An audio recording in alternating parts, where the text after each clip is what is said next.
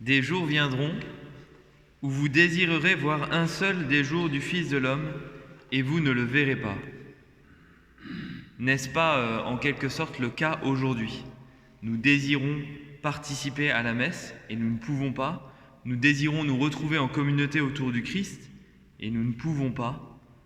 Bref, nous voulons vivre du royaume de Dieu, nous voulons vivre un jour du Fils de l'homme avec le Fils de l'homme et faire grandir ce royaume de Dieu, ce jour du Fils de l'homme dans notre monde.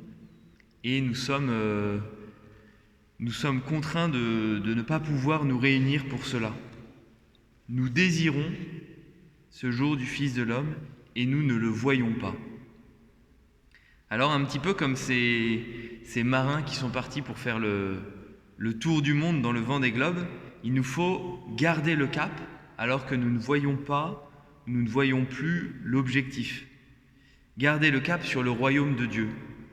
Car le risque, lorsque nous ne voyons pas, lorsque nous sommes vraiment dans le mystère de la foi, c'est plusieurs risques. Le risque de se lasser, de se décourager, et que notre désir de ce jour du Fils de l'homme, eh bien petit à petit s'estompe.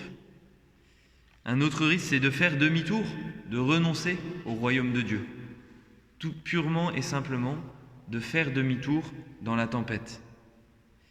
Et un autre risque, c'est par peur ou aussi là par lassitude, de changer de cap, de se tromper de royaume et de choisir plutôt que le Seigneur une idole.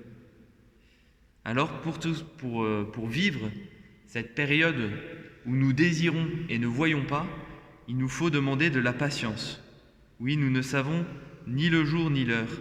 Alors gardons le cap de notre embarcation, dirigé vers le Christ, vers son royaume, et pour être prêt le jour de sa venue. Amen.